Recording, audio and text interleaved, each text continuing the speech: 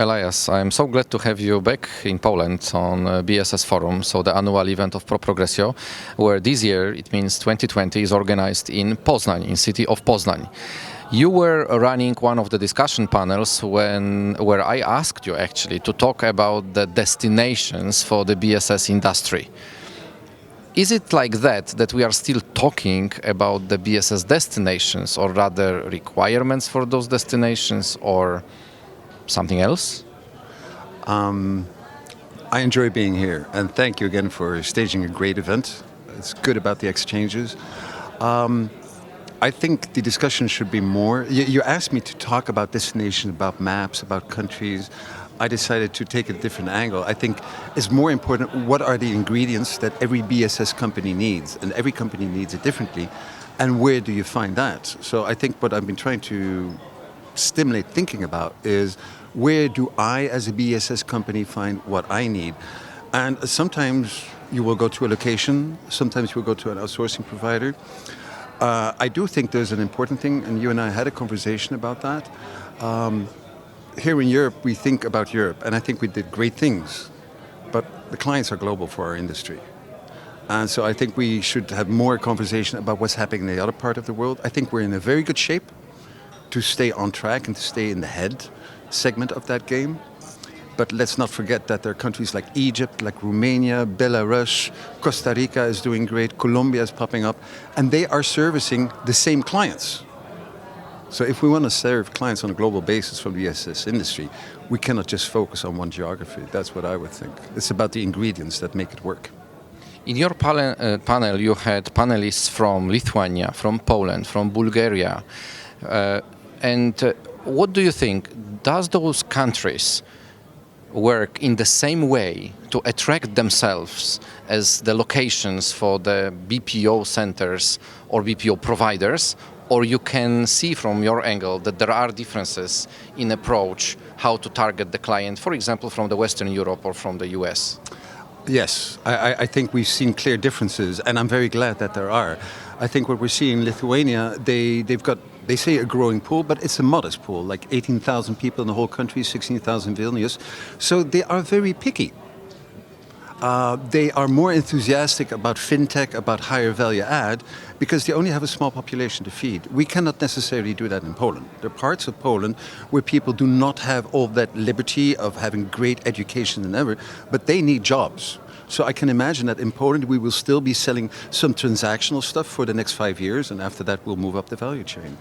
If you look at the ecosystem in Bulgaria, I mean, what were we talking about? 73,000 people working in the sector and 580 companies. I mean, that means a lot of small companies, many of which are in ITO.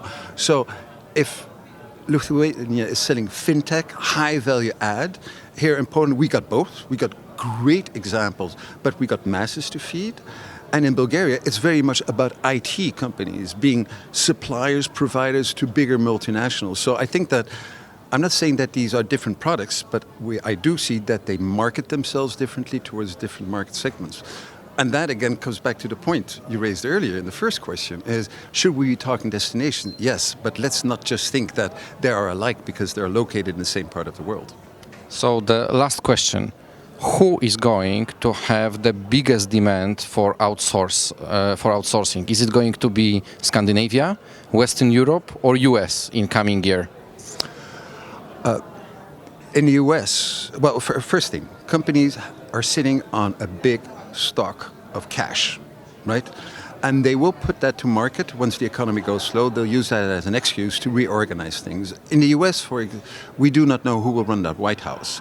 But a certain protectionism will stay, be it the Republicans or the Democrats. So the outsourcing needs of the US will primarily be fed from the US. That's why many Indian companies are moving over to the US. Scandinavia, they've always been strong. Some countries are slow on the uptake. Denmark is very good, Sweden is slower, Finland is even slower, and I'm not starting to talk about Norway.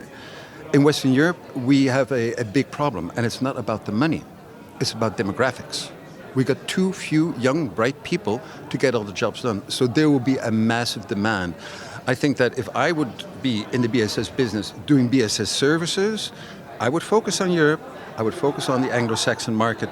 But as a European company, it's easier to start my business with other European companies and then to expand beyond. If you were to give an advice for the cities authorities, how to promote or what to do the best to be more visible for the clients who might be SSC companies who want to open the new offshoring or nearshoring center, what that advice would be? I would think that a city needs to be very specific. We've got over 600 cities in Central Europe alone catering to this, so you must make a difference. Saying you've got the best quality of life, psychopaths and everything, that's fine, but what does it mean to the business? Be very specific, focus on certain sectors, focus on certain technologies. And I think that Poznan, it's a great city, a great Polish city. It has got competition, and it should probably chisel its value proposition even more because the game is competitive. We know it. Thank you very much for this talk. Thank you. Thank you very much, Victor. My pleasure.